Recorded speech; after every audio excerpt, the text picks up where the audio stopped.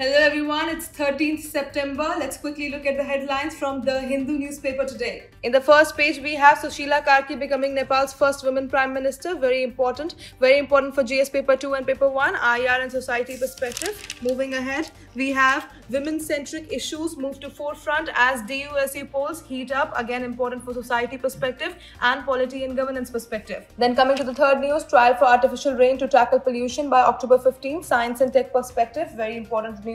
Why firecracker ban only in Delhi when all have right to clean air? Environment and pollution perspective, paper 3. Very important news. Karnataka caps film ticket prices at 200. Governance and polity news, paper 2. Very important again.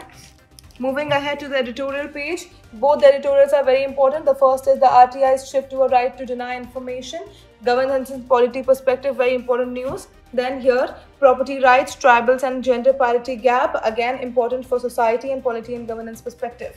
Now, here we have the whole page dedicated to the disaster management after the disaster, very important for disaster management, paper 3 perspective. Moving ahead, ending India's Russian oil imports, again important for international relations perspective. Imphal Chura Chandrapur decked up to greet Prime Minister on the first visit, important for society as well as governance perspective.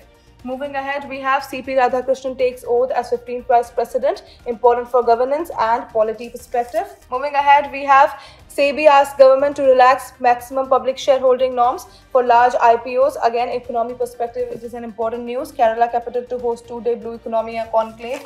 Again, news from economy perspective. Moving ahead, peace negotiations between Russia and Ukraine have been paused. Toll from Indonesia flooding rises to 23 people. And then Albania Prime Minister appoints AI-generated minister to tackle corruption. This news is relevant for science and tech. Rest are relevant for international relations. Russia, Belarus start military drills as West watches warily.